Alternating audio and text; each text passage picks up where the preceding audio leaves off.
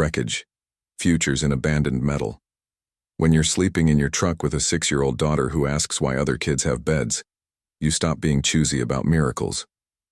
The train car sat on a forgotten siding behind the old freight yard, half buried in blackberry vines and decades of neglect. The chain-link fence had a gap wide enough for hope and small enough that nobody official had noticed. Inside, the wooden benches were rotted, the windows were long gone, and bird nests filled the luggage racks. But it had a roof. It had walls. It had a door that still latched, and tucked in a metal locker beneath years of dust and mouse droppings. It had a wooden box with my father's name carved into the lid, a man I'd never met, who worked these rails 40 years ago and left nothing behind but questions. They say you can't build a life on nothing. That box, and the receipts and letters inside, taught me otherwise. Chapter 1. The Gap in the Fence. $47. 23. That's what I had when Sarah asked if we'd ever have a real house again. Not when, if. She was 6. She shouldn't have been asking if. The truck's alternator had been making that death rattle sound for 2 weeks. We'd been parking behind the grocery store where they didn't tow until dawn, living on day-old bread and whatever I could pick up from the food bank on Wednesdays. I told myself it was temporary. I told her it was an adventure. She'd stopped believing me somewhere around the 3rd week of washing her hair with bottled water in a gas station bathroom. The freight yard fence had been cut open for years. Everyone knew it. Nobody cared. The rails hadn't seen a train since the line closed in 2019. Weeds claimed the gravel. Blackberry vines swallowed the signals. I'd walked past it a dozen times on the way to job interviews that never called back, always noticing that gap, always thinking about what lay beyond. That morning, Sarah's cough had gotten worse. Wet.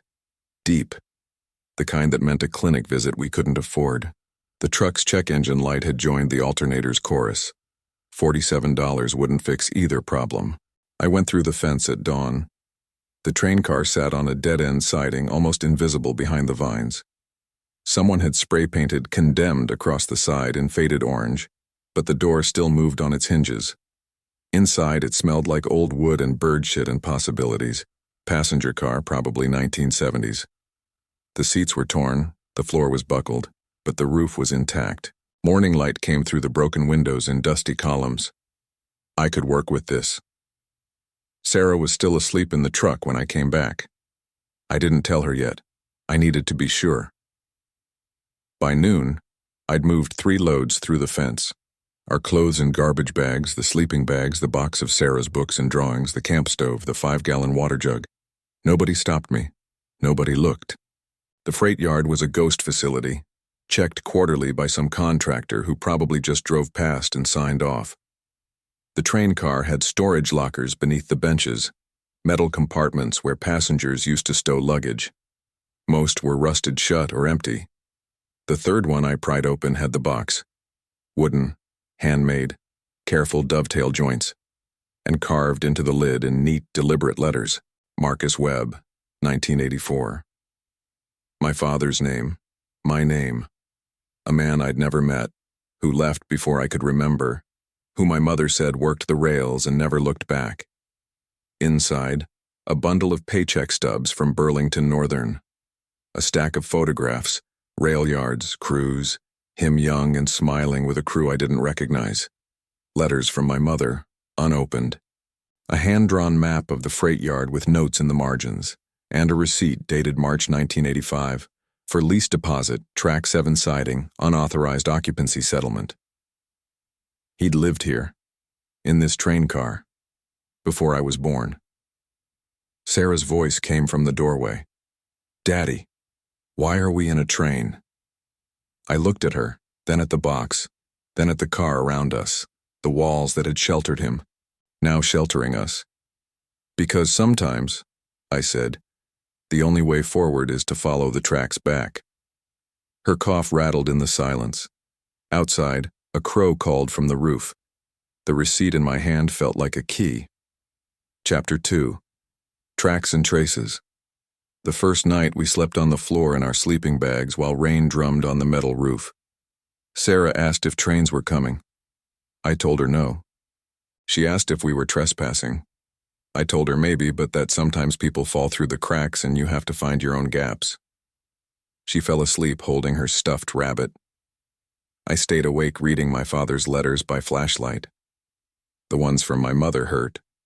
Young, hopeful, asking when he'd come home, talking about a baby boy named Marcus, wondering if the rail life would ever slow down enough for family. He'd kept them, never opened them, just kept them.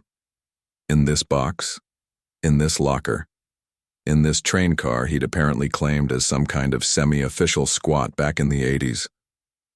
The receipt was the strange part. Lease deposit implied paperwork. Unauthorized occupancy settlement implied negotiation. Someone, railway management, probably, had let him stay here officially enough to document it. Track 7 siding. That's where we were. At dawn, I walked the yard perimeter.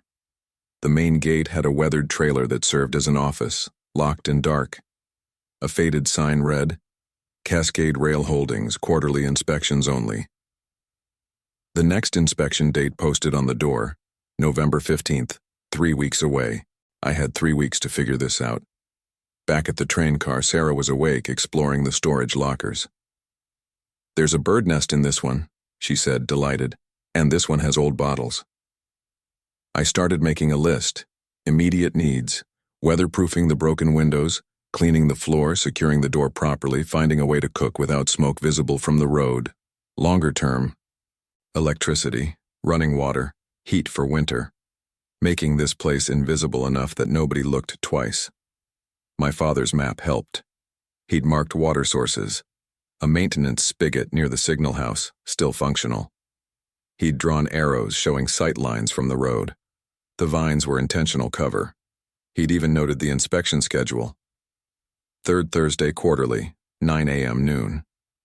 He'd done this, lived here, made it work, left these notes like he knew someone might need them.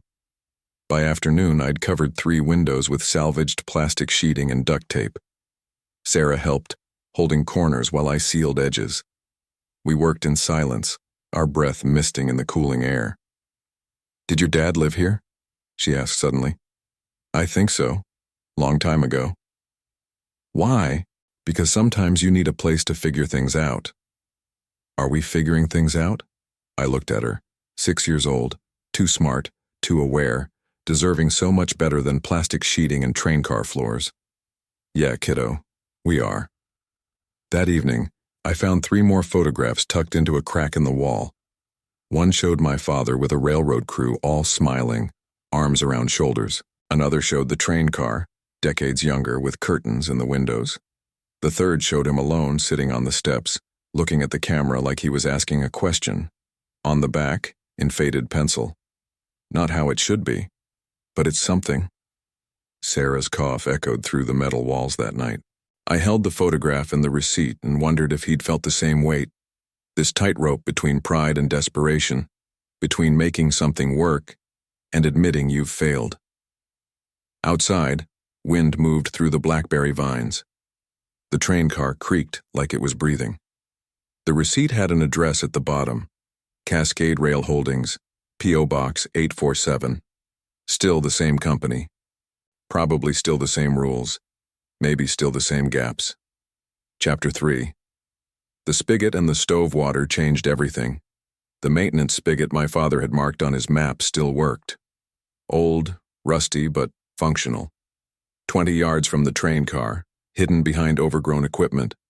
I filled our 5-gallon jug at dawn when nobody was around, carried it back, and for the first time in weeks, we washed our faces with more than bottled water and paper towels. Sarah stood in the early light, water dripping from her chin, smiling. We have a sink now, she said. Sort of. Better than the truck. She wasn't wrong. I'd spent the previous day at the library, using their computers to research Cascade Rail Holdings. Privately held company, mostly freight consulting now, owned several defunct rail properties throughout the state. Their website had a property inquiries email buried 3 pages deep. I drafted and deleted 4 different messages before settling on something simple. Interested in lease terms for Track 7 siding at Riverside Freight Yard. Understand there's precedent. Please advise. I didn't mention that I was already living there. I didn't mention my father. I just asked. The camp stove worked better inside the train car than it had in the truck. More space, better ventilation through the broken windows, no one close enough to smell propane. I made oatmeal that morning, the first hot breakfast we'd had in weeks. Sarah ate 3 bowls. "Is this our house now?" she asked. "We're working on it. Can I draw on the walls?" I almost said no. Then I thought about my father's notes, his maps, his marks, all the ways he'd made this place his. "Yeah," I said. "You can draw on the walls." She used crayons from her book box to draw flowers on the metal panel beside her sleeping bag, bright, defiant yellow and red against the rust-colored walls. The train car looked less abandoned with her art in it. It looked lived in. I spent the afternoon working on weatherproofing, more plastic sheeting for the windows, duct tape to seal floor gaps. I found an old tarp in the weeds outside and rigged it over the worst section of broken window. Not pretty, but windproof. Each small fix made the space more ours, less borrowed, less temporary. A neighbor would have seen me, would have asked questions. But freight yards don't have neighbors, just empty space and the occasional passing train on distant active tracks, their horns echoing across miles of rust and waiting. Sarah's cough was getting better. The dryness, at least. Being out of the truck helped. That evening, I checked the library email on my phone using their parking lot Wi-Fi. One new message. Track 7 siding inquiry received. Please call during business hours to discuss terms. Reference case 384 Menbu. Case 384 Menw, 1984. Marcus Webb. My father's settlement reference number, still in their system. After 40 years. I sat in the truck, which I'd moved to a grocery store lot 2 blocks away, and stared at that email for 20 minutes. This could legitimize us, or it could expose us. One phone call could mean paperwork and rent we couldn't afford, or it could mean eviction. But my father had done it, had negotiated, had found a gap in the bureaucracy wide enough for a life. Sarah appeared at the truck window, startling me. "You coming back?" "Yeah, kiddo, just thinking." "About what?" "About how to turn a train car into a home." She smiled. "It already is." Walking back through the fence gap that night, I thought about her flowers on the wall, the clean water, the hot breakfast, the plastic sheeting keeping out the wind. Small wins, tangible progress. The kind you can point to and say, "We're building something." The train car creaked in the darkness. My father's box sat in the locker waiting. The receipt inside still smelled like 40-year-old paper and decisions. Tomorrow I'd make the call. If you're enjoying this journey so far, tell us in the comments where in the world you're watching from. Chapter 4. The Call and the Claim. The office picked up on the 3rd ring. A woman's voice, efficient and tired. Cascade Rail, Property Division. I'd practiced this, kept it simple. Didn't mention homelessness or boxes with names or daughters with coughs. "Hi. I'm calling about case number 84 Melabalaview. Track 7 siding at Riverside Yard. Inquiry about lease terms." Silence. Keyboard clicking. That's an old reference number. 1984.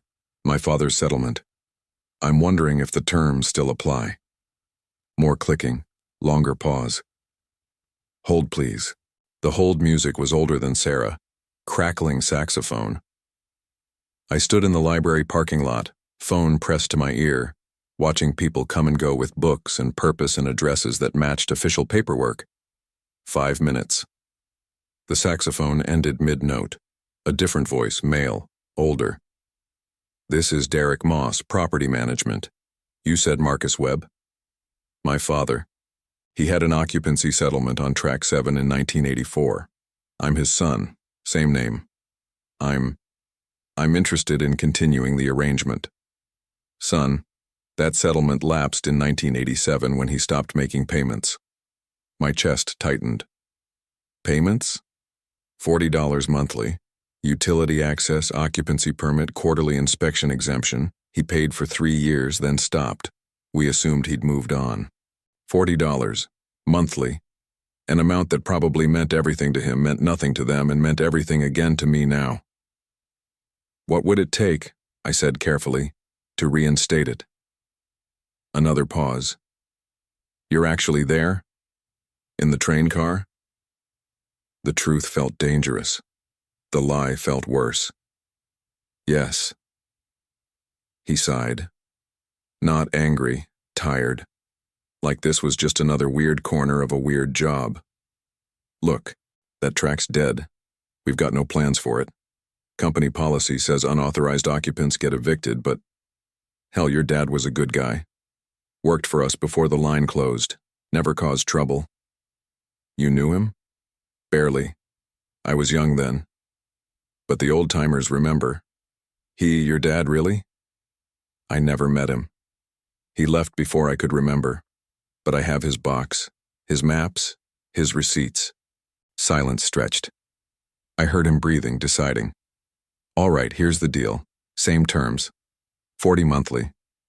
Direct deposit to this account number I'm about to give you. Inspection exemption holds. You keep it clean, keep it quiet, don't cause liability issues. Miss 2 payments, we evict. Deal? $40. I had 47. That left 7 for everything else until I found work. Deal, I said. He gave me the account information, made me repeat it.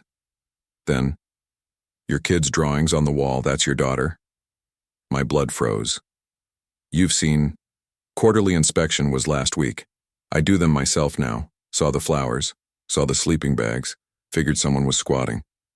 Then your email came through with that case number and, look, I've got kids. I know what it looks like when someone's trying. We're trying. I can see that. Listen, there's a maintenance shed near track 4. Padlock's busted. Space heater inside still works. Take it. Winter's coming. Thank you. Don't thank me. Pay on time. And get your daughter to a doctor. That cough sounds wet. He'd heard her, during his inspection, had known we were there, had seen the flowers, had connected the dots, and had walked away without reporting it. Until I called with my father's case number. I will, I said. Good. First payment due this Friday. Welcome to Track 7, Marcus. The line went dead. I sat in the truck for 20 minutes shaking. We had a home, legitimate, documented, for $40 a month. Half a grocery trip. 1/20th of what rent used to cost, everything we couldn't afford, and somehow exactly what we could. That evening, I found the maintenance shed. Derek was right. Padlock broken, door slightly open. Inside, the space heater, some old tools, a box of electrical extension cords, and a note taped to the heater. For Track 7. Winter's cold. Don't burn down the yard. Team. I carried the heater back through the fence gap as the sun set. Sarah was drawing more flowers on the walls. The train car smelled like camp stove oatmeal and hope. We can stay? She asked, watching me plug in the heater. We can stay. For how long? I thought about my father. 3 years of payments before he stopped. 3 years of trying before he gave up and left. 3 years of this train car being home before it became abandonment. As long as we keep trying, I said. That night, with the space heater glowing and Sarah warm in her sleeping bag, I opened my father's box again. The unopened letters from my mother felt heavier now. He'd been here in this exact space holding these same envelopes, making the same calculations about money and pride and what you owe versus what you can give. He'd chosen to leave, to stop paying, to walk away. I was choosing to stay. Sarah's cough was quieter. The heater hummed. Outside, wind moved through the blackberry vines that hid us from the world. Friday, I'd make the payment. $40. The price of a roof and a chance. The train car settled around us, creaking into sleep. Chapter 5. The Flood and the Find. The storm hit on a Tuesday, 3 days after my first payment cleared. Rain didn't just fall. It arrived horizontal, hammering the train car's metal roof like judgment, finding every gap I hadn't sealed, every weakness I'd missed. By midnight, water was pooling on the floor. Sarah woke up crying, her sleeping bag soaked. I moved her to a dry corner. wedged our belongings onto the benches, and spent the rest of the night with a bucket and a flashlight, trying to catch the worst leaks. The plastic sheeting I'd so carefully installed ripped loose in the wind. Water poured through the broken windows. The train car became a drum, a cave, a boat taking on water with nowhere to go. By dawn, the floor was ankle-deep in places. The cardboard boxes I'd used to store supplies had dissolved into pulp. Sarah's drawings had run, the crayon flowers bleeding into abstract watercolors of pink and yellow. "I hate this," she said, shivering. "I hate living in a train." I couldn't argue. I just held her and watched water drip from the ceiling. The storm cleared by noon, leaving the freight yard smelling like wet metal and defeat. I spent the day bailing water, salvaging what I could, trying to dry things in weak sunlight. The sleeping bags were ruined. Most of our food was soaked. The camp stove was wet enough I couldn't get it to light. That evening, desperate, I broke into one of the storage lockers I hadn't opened yet. The one at the far end of the car, rusted shut so badly I'd given up on it the first week. A crowbar from the maintenance shed did what patience couldn't. The metal door shrieked open. Inside, another box, smaller than my father's, wrapped in a plastic garbage bag gone yellow with age. And underneath, tucked in the corner, a metal tackle box labeled Emergency, Track 7. I opened the tackle box first. Inside, candles, waterproof matches, a sealed package of emergency blankets, a first aid kit still in its original wrapper, and an envelope. Paper envelope sealed with tape, my father's handwriting on the front. "For whoever needs this next." My hands shook opening it. $200 in 20s. A note. "If you're reading this, you're here like I was. Out of options, out of luck, but not out of fight. This is from 3 months of double shifts and skipped meals. Use it. Pay it forward when you can. The train car takes care of its own." MW 1986. Sarah was watching me. "What is it?" "Help," I said, from someone who understood. The plastic-wrapped box held practical treasures: a better tarp, unopened, heavy-duty, rolls of real weatherproofing tape, a battery-powered radio, work gloves, a folding shovel, all the things my father had gathered and stashed for emergencies, for floods, for moments exactly like this. I used his tarp that afternoon to finally seal the roof properly, his weatherproofing tape to close the gaps I'd missed, his money to buy new sleeping bags from the Walmart down the highway and real food, and antibiotics for Sarah's cough that had worsened in the dampness. By evening, the train car was dry, warmer, safer. Not because I'd figured it out alone, but because someone 40 years ago had thought ahead, had planned for failure, had left behind what he couldn't carry. Sarah helped me reorganize the supplies. We worked in comfortable silence, her cough already quieter with the antibiotics working. She found the battery radio and turned it on, static, then a local station playing oldies, the Beatles. "Here comes the sun." "Daddy?" she said, arranging canned goods on a clean bench. "Your dad must have been nice." "I don't know, I never met him. But he left us all this stuff. Not for us, for whoever needed it. But we needed it, so it's for us." 6-year-old logic. Impossible to argue. She was right. Need made it ours. The train car, the emergency box, the $200 that meant everything, the invisible connection across 40 years from one Marcus to another. That night, in new sleeping bags with the radio playing low and the roof finally sealed, Sarah asked, "Are we going to stay here forever?" "I don't know about forever. But for a while?" "Yeah, for a while." "Good. I like my flowers." Her drawings were ruined, run, and faded, but she'd already started new ones. More flowers, different colors. The train car's walls were becoming a garden. Outside, the last of the storm clouds cleared. Stars appeared through the windows. Actual stars, not city lights. Visible because we were far enough from everything that the darkness was real. I counted the money left from my father's emergency fund. Enough for another month of supplies, maybe 2 if I was careful. Enough to breathe. Enough to plan beyond next week. The train car creaked as the wind shifted. Not threatening anymore. Just settling. Just breathing. My father had left 3 years after his emergency box, had stopped paying, had walked away, but not before making sure the next person had a chance. I wouldn't waste it. Chapter 6. The Garden and the Track Home. Derek called 2 months later. There's a newspaper reporter asking about Track 7. Says someone tipped her off about a homeless dad turning a train car into a home. That you? My stomach dropped. Is that a problem? Depends. She wants to do a human interest story. Local father creates shelter in abandoned train car. Could go well or could go very wrong. Your call. I thought about exposure, about Child Protective Services, about scrutiny we couldn't afford, about Sarah, who'd started 2nd grade at the local elementary school, who told her teacher we lived in a train house, who'd drawn pictures that ended up on the classroom wall. What do you think? I asked Derek. I think you've kept your end. Payments on time, places clean, yards quieter with you there than without. And I think winter's going to be rough. Community support wouldn't hurt. The reporter came 3 days later, young, earnest, careful with her questions. She interviewed me in the train car while Sarah was at school. Took photos of the space, the cleaned floors, the sealed windows, the space heater, the supplies organized on benches, Sarah's flower drawings covering the walls. This is remarkable, she said, zooming in on one of Sarah's drawings. You've really made this work. We're trying. And your father lived here 40 years ago?